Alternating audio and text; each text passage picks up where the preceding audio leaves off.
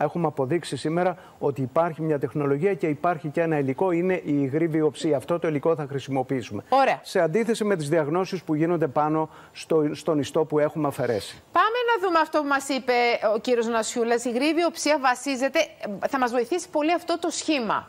Που βλέπουμε ένα αγκείο, βλέπουμε τον όγκο και έναν υγιή ιστό. Έτσι. Και βλέπουμε, κύριε Νασιούλα, κάποια κύτταρα εδώ να κυκλοφορούν μέσα στην κυκλοφορία του αίματος. Εξηγήστε μας. Αυτό που βλέπουμε εδώ είναι ο καρκινικός ιστός, είναι ο καρκίνος.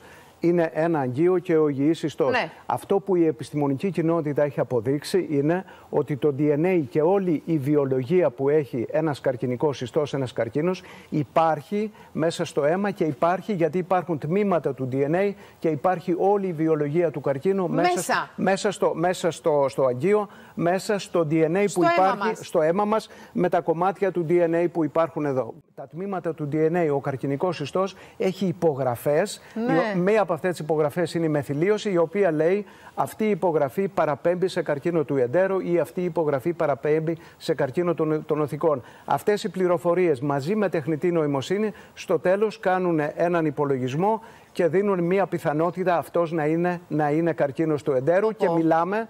Θα πρέπει να είμαστε λίγο σαφείς, μιλάμε για σήματα καρκίνου, τα οποία στη συνέχεια αυτός που τα έχει θα πρέπει να τα επιβεβαιώσει αυτόν τον καρκίνο με απεικονιστικές μεθόδους κλπ. Θα το δούμε. Ωραία. Κυρία Γεωργίου, θα πρέπει το αίμα που παίρνετε από έναν ενδιαφερόμενο, γιατί δεν είναι ασθενής, θα πρέπει να είναι ειδικά, όπως είναι αυτά που έχουν μέσα ειδικά υγρά και επιτρέπουν στο αίμα να μην σπάνε τα κύτταρά του, να πάρουμε μόνο το πλάσμα. Γιατί αυτό μας ενδιαφέρει, γιατί δείξατε προηγουμένως ότι υπάρχουν τα τμήματα του DNA μόνο στο πλάσμα. Το είπαμε στην αρχή. Επομένως, χρειάζονται ειδικά φιαλίδια και ειδικοί τρόποι μεταφοράς. Άρα εδώ έχει το DNA και έχει και τα κύτταρα. Εντάξει, λέμε αν έχει κύτταρα. Άρα επιβεβαιωθεί. Ναι. Λοιπόν, πάμε να δούμε τη διαδικασία της ευρυγής. Αφού λοιπόν γίνει η αιμοληψία. Έτσι. Ναι. Πάμε, εξηγήστε μου. Αιμοληψία. Πάμε στην ανάλυση DNA. Στην ανάλυση DNA θα πρέπει να πάρουμε αυτό το DNA που υπάρχει στο πλάσμα. Υπάρχουν ειδικοί μέθοδοι, υπάρχουν φυγοκεντρήσεις. Να το αναλύσουμε, να δούμε αρκετό. Και μετά προχωράμε στην ανάλυση χρησιμοποιώντας τεχνολογίες επόμενης γενιάς αναλυτών, όπως το λέμε εμείς στην ξύλινη γλώσσα. Next Generation Sequencing.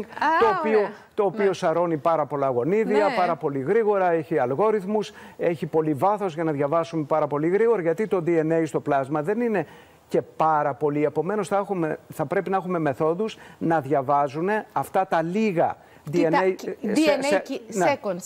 Τις ακολουθίες που υπάρχουν τις ακολουθίες που υπάρχουν, να διαβάζουμε το DNA. Αλλά θα πρέπει να το διαβάσουμε αρκετές φορές για να αποκτήσει αυτό στατιστική σημαντικότητα. Αλλιώς δεν μπορούμε να το κάνουμε. Και επομένως εκεί είναι και το κόστος. Χρειαζόμαστε μεγάλες πλατφόρμες και στο τέλος υπάρχουν λογισμικά τα οποία αναλύουν όλα αυτά τα πράγματα και δίνουν πιθανότητες αυτός να είναι ένας καρκίνος του εντέρου, των οθικών, του πνεύμονα. Πρέπει να πούμε, κυρία Γεωργίου, ότι για τον καρκίνο του πνεύμονα δεν έχουμε ένα screening test, όπως τα λέμε, τεστ για σάρωση αυτή τη στιγμή. Και εκεί έχουμε ένα μεγάλο έλλειμμα. Όταν τον βρίσκουμε είναι πάρα πολύ αργά.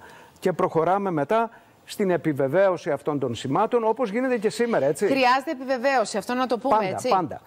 Πάντα. Κυρία Γεωργίου, και τώρα όταν βρεθεί ένας καρκινικός δείκτης και τώρα όταν μας πούνε ότι το PSA είναι θετικό, χρειαζόμαστε μια επιβεβαίωση. Θα πρέπει να γίνουν βιοψίες, θα πρέπει να γίνουν απεικονιστικά, πάντα θα πρέπει να γίνει μία μέθοδος, να γίνει κολονοσκόπηση κλπ.